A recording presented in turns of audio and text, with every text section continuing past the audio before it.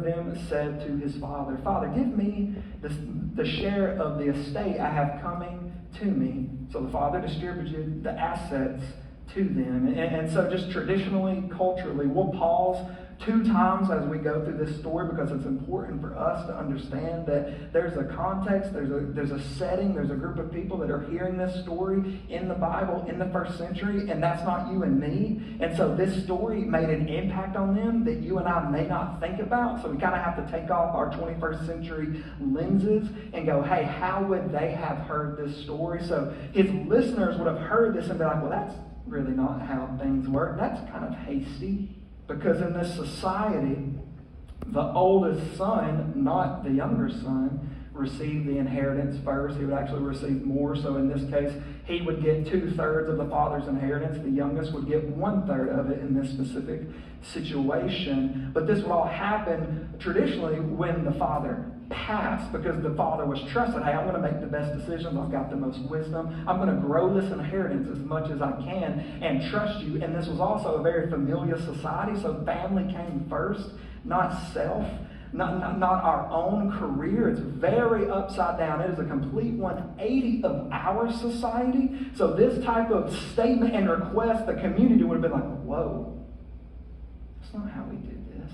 Do you not trust your father? Do you not trust how things work? Like, this is good. He said, but. So they would have automatically been, we don't really have the context of that conversation. The father gives him his assets. And not many days later, the younger son, as we could have expected, gathered together all he had and traveled to a distant country. Again, leaving the family, which was the son's responsibility, his heritage, right, his estate to carry on the family business, would have just been very peculiar and different.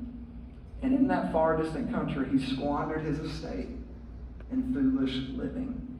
After he had spent everything, a severe famine struck that country, and he had nothing. So we just kind of want to feel that we have an opportunity and show people what we can do and show that we're smart, strong, capable. So sometimes we start to enthrone our feelings. Sometimes it's the grass is greener attitude, right?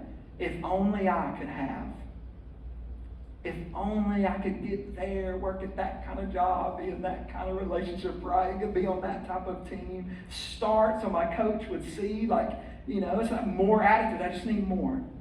And it can become selfish and excessive to the point to where we kind of become, we just value that, and it kind of dominates our thinking, and all of a sudden it shows up in all of our decisions and in different areas of our lives, even though it's only one particular area, and go, yeah, that's probably my area where I'm kind of, I'm not going to say forcing, Zach, but I'll give you the benefit of the doubt. And so we'll keep seeing what happens in our story. So the younger son went to work for one of the citizens of that country who had sent him into his fields to feed pigs. Again, it's our second time that we'll pause and just go culturally, traditionally. Just think about the switch from owning fields to working in the field.